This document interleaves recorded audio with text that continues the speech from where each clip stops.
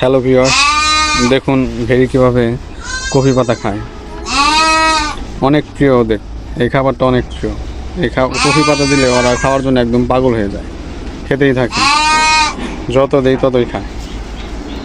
শীতের মধ্যে কফি পাতা খাওয়ালে আপনি যদি ঘাস নাও খাওয়ান, তারপরেও ভেড়িতে তেমন কোনো সমস্যা হবে না।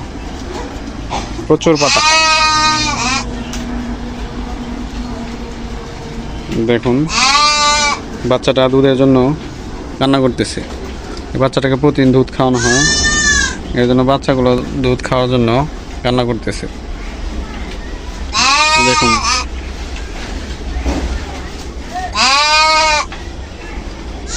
বড় যেগুলো আছে সেগুলো সব ঘাস খাইতেছে, কফি পাতা, কিন্তু বাচ্চাগুলো যেগুলো ঘাস খায় না, ওরা দুধের জন্য কান্না করতেছে। আমাদের দেখলেই বুঝতে পারে যে আমরা দুধ নিয়ে আসছি হয়তো, যার কারণে এইভাবে কান্না করতেছে। একটু পরে এদের দুধ খাওয়ানো হবে, দুধ খাওয়ালে কান্না থেমে যাবে। ধন্যবাদ সবাই।